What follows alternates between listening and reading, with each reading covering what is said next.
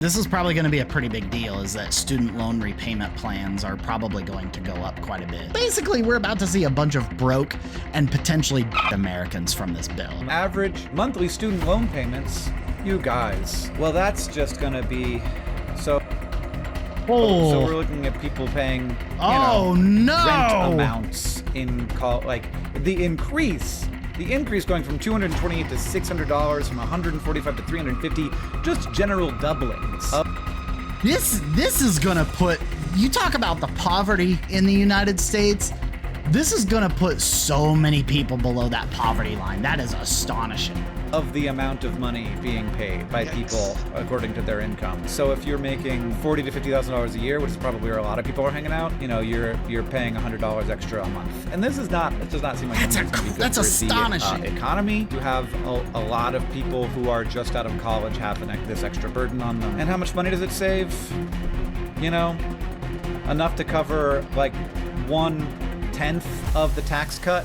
That mostly goes to the wealthy. But we're going to get into the big, beautiful bill. So the big, stupid bill, the big, ugly bill, the big, dumbass bill. There are lots of great names for that one. It's official. The One Big Beautiful Bill Act is now law, however that works. And we have for here an opinion piece from the New York Times. It's oh, I love it. Hank Green has given us a paywalled New York Times article. I love it. A collection of graphics. Thank you to the people of the New York Times. And I am analyzing them. Is that fair use? Let's assume. And we're going to look at these charts. He's like, I know this was paywalled. 10 charts to talk about what it is. So the costs are by far making the individual tax cuts permanent, also increasing the standard deduction. Ooh, hang on. I got him a little off screen here. Let's see if we can't improve that a little bit. Okay, there we go. I still got to figure out the sizing on all my windows and stuff. I threw this together pretty quick. Reduction and increasing the child tax credit. And that the 2017 individual tax cuts, there's a number of different things in there. But you see the costs here, and then you see the ways to make more money. Changes to student loan payments, which I assume that means that it's going to be harder. Oh, wow. He threw that up really fast. Let's get a closer look at that. Additional deduction for seniors. So that's the last deduction. This I've heard this is probably going to be a pretty big deal, is that student loan repayment plans are probably going to go up quite a bit. There was some program that allowed you to base your student loan payments on your income. And I think that's either being dramatically cut back or being thrown out altogether. So people who are making payments on federal student loans, they are, many of them, I don't know if all of them are, but many of them are losing the ability to pay that based on their income level, which to just give you a quick translation to that, if they're paying more, that means they're not making much. So they would be they'd be expected to pay more for student loans. And they don't, it doesn't necessarily mean that they get an increase in their pay. They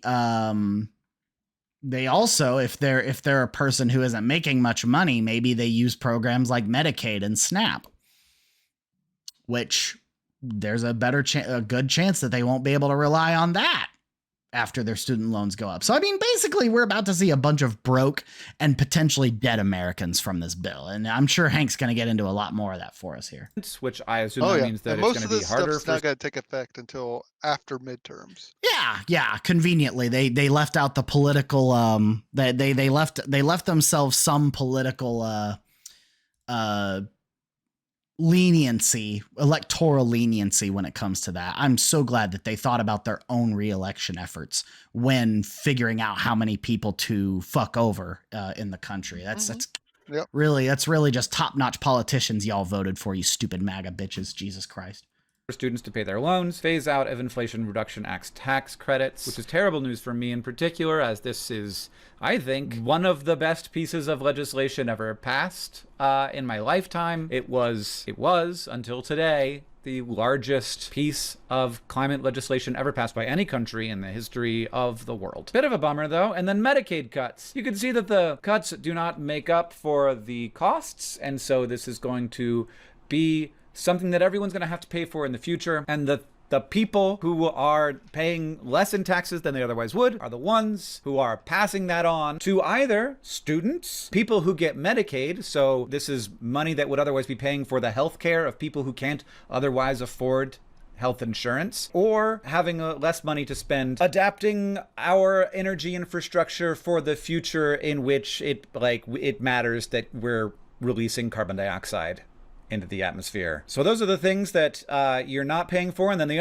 other way that money comes to you is by it becoming a loan that has to be paid back someday with interest. Millions lose access to Medicaid. How the bill would reduce Medicaid spending with work requirements, make it more difficult for states to fund Medicaid. So work requirements is a surprisingly small piece of this. That's the thing that I had heard the most about. Work requirements is a weird thing for Medicaid for me, because this, Medicaid is talked about by certain people as if it is a handout, but you don't get the money unless you have a bill from a hospital. It's not like you get to spend the money. You only, the money only comes in to pay for the costs of healthcare. Those people are still either going to go to the hospital, or they're just not going to get treatment. If they go to the hospital, they'll just get funded some other way. And do you end up in a situation where a lot of hospitals who have a lot of people who come to them, rural hospitals, a lot of people use Medicaid at those hospitals. Now those hospitals don't have enough income to stay open. But also, what you see is that when you actually break the data down, only something like 5% of people don't meet the work requirements, and yet they assume that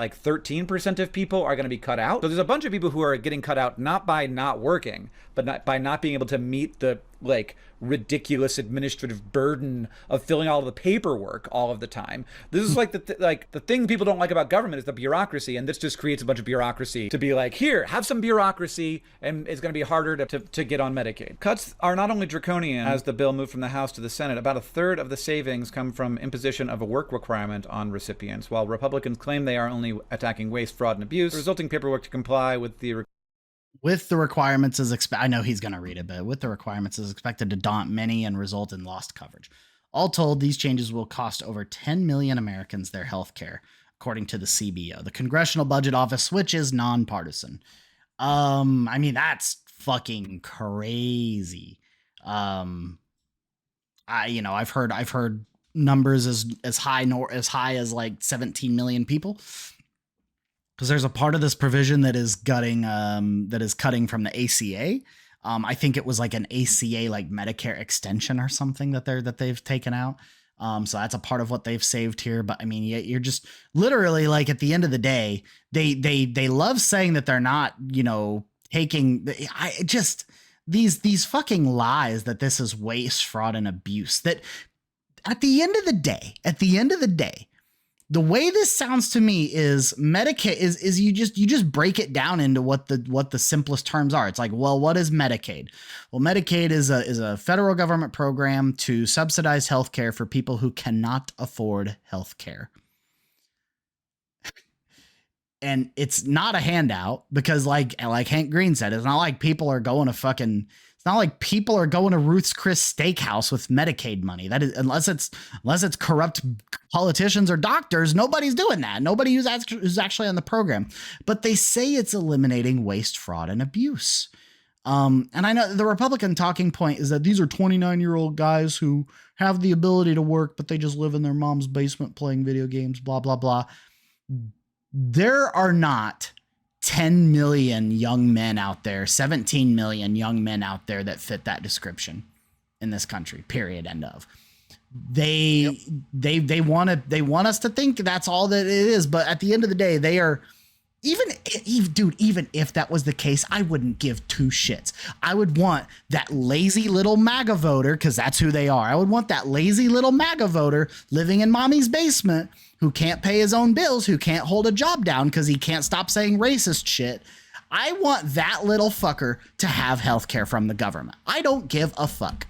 That is how we Democrats operate, is that even people who we think are stupid and deplorable and quite frankly a burden on society, MAGA voters, MAGA loyalists, we want you to have good things too. And we will not threaten to take them away from you for political fucking reasons. Astonishing. Because healthcare is a human right. Human right. As Bernie Sanders tells us all the time, it's a human right. Healthcare is a human right. We got to take away from the 1% of the 1%. Hutch does a really good impression of Bernie. My God, I love it. And those are the two phrases he always says, so I hear it all the time. Requirement is expected to daunt many and result in lost coverage. All told, these changes will cost over 10 million Americans their health care, according to the Congressional Budget Office. So that's not like some pundit somewhere. The cost of college. So how are we doing this? Average monthly student loan payments, you guys. Well, that's just gonna be so. So we're looking at people paying, rent amounts in like the increase going from $228 to $600, from $145 to $350, just general doublings. This is gonna put, you talk about the poverty in the United States. This is gonna put so many people below that poverty line. That is astonishing, dude. Is this household income? If this is household income, I mean, even my household is fucked. Holy shit. Of the amount of money being paid by people according to their income. So if you're making $40,000 to $50,000 a year, which is probably where a lot of people are hanging out, you're paying $100 extra a month. And it does not seem like something that's going to be good for the economy, to have a lot of people who are just out of college have this extra burden on them. And how much money does it save? Enough to cover like 1/10 of the tax cut that mostly goes to the wealthy. Climate change. Clean energy investments announced since the Inflation Reduction Act in Republican districts and in Democratic districts. Spent and then pending. So the spent, obviously they can't take back. Clean energy and investments announced since the IRA.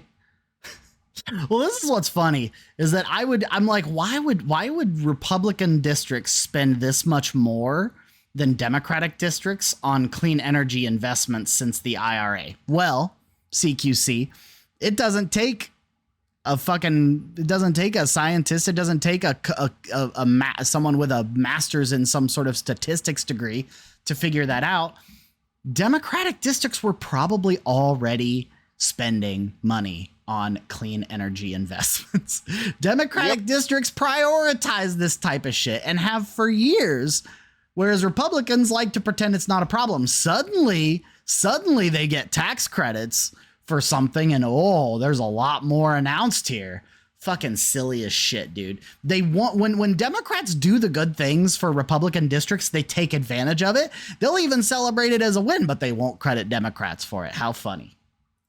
Depending, I think that they are going to try to claw some of that back, but they're not doing all of it. And then that spending will just stop, even though there was a law that said that we could do it. Throwing a major roadblock in the way of combating climate change. Since the passage of the act, the United States has been experiencing a boom in clean energy investments.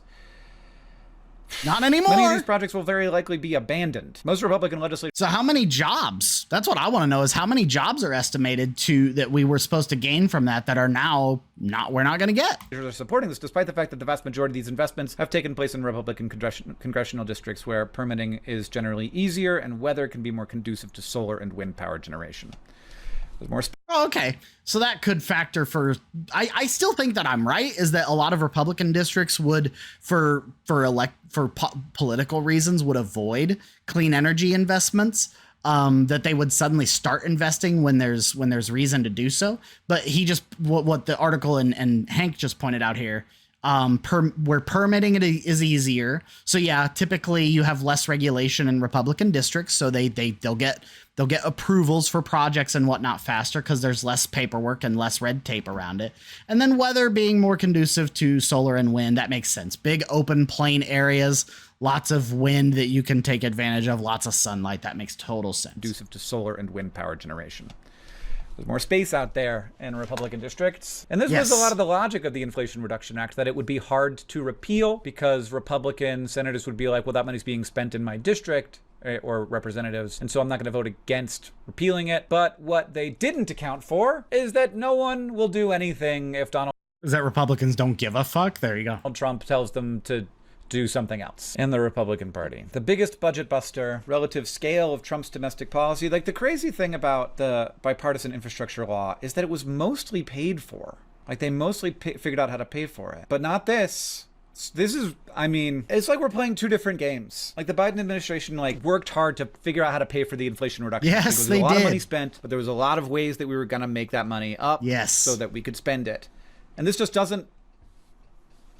No interest in actually balancing the budget, which at this point is like a big deal. Like I remember feeling. That's why when Trump said we may even balance the budget at his like not State of the Union or whatever, I laughed so fucking hard. I was like, that's a new one. Trump balancing the budget. Okay.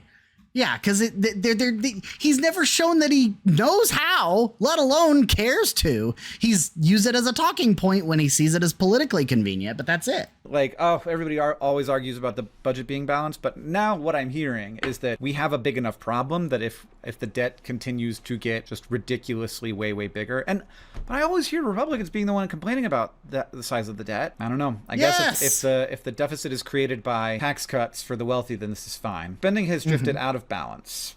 Yes, it has. Remember in the year 2000 when actually we're making more money than we were spending? Holy crap. The resulting deficit puts our economy in a perilous place. Over the last 50 years, federal spending as a percentage of gross domestic product has averaged 21%, but since COVID-19, remained stubbornly above this average. Tax increases politically off the table. This means larger deficits. We have this interest on the national debt number, which I don't like the direction it's moving in. Of course, it has been this high before. And then, Medicare and Medicaid has increased from 1% in 70 to over 5% now. Defense has come down. Non-defense discretionary is lower. And this is all in terms of percentages. Bill is just the latest and worst example of a policy followed by both Republicans and Democrats. Take the easy way out and let...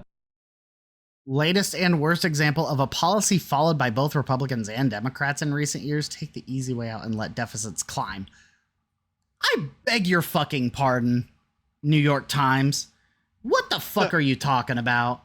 The costs of Medicare and Medicaid are rising relentlessly and are now just over 5% of GDP, compared with 1.2% in 1975. Social Security's outlays have also grown. And now because of increasing debt and higher interest rates, the cost of servicing the national debt has begun to soar. Allowing the 2017 tax cuts to expire, which effectively would have raised taxes on 62% of Americans, could have been highly unpopular, but it was also necessary. I do agree with that last statement. But followed by both Republicans and Democrats in recent years, take the easy way out and let deficits climb. At this point, the only way we're getting out of this deficit is by taxing more. Like, that's the only way, unless this country is going to go bankrupt. The government's got to tax the shit out of everybody, including the rich. All right, we need to do a little education here, not just for anybody. So the deficit, as I understand it, is each fiscal is referring to just the fiscal year. So the national debt is the total accumulated debt from the U.S. government, or that the U.S. government owes, representing the sum of all past budget deficits minus any surpluses. The budget deficit is the difference between the government's spending and revenue in a specific fiscal year. So when we talk deficit, we are talking about a singular specific fiscal year, right? Yep. That's important. So, not to be confused with debt. Deficit and debt are two different things. national debt chart, modern presidents.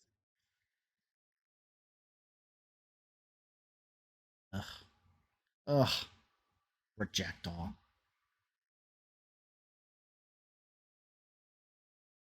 Oh, they're gonna hide everything from me without a paywall. Okay, maybe somebody else. House.gov. Interesting.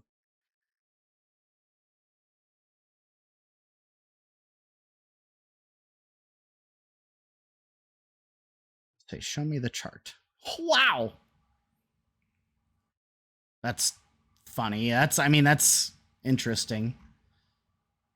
This is giving it in terms of percentages. That's okay. That's not what we want though. I want like modern presidents. Wikipedia, you gonna help us out here? I've seen these fucking charts, man. I've seen these fucking charts.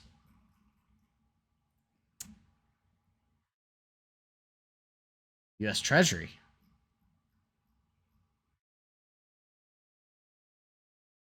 I was gonna say it's a .gov. I don't know how trustworthy that is under Trump now.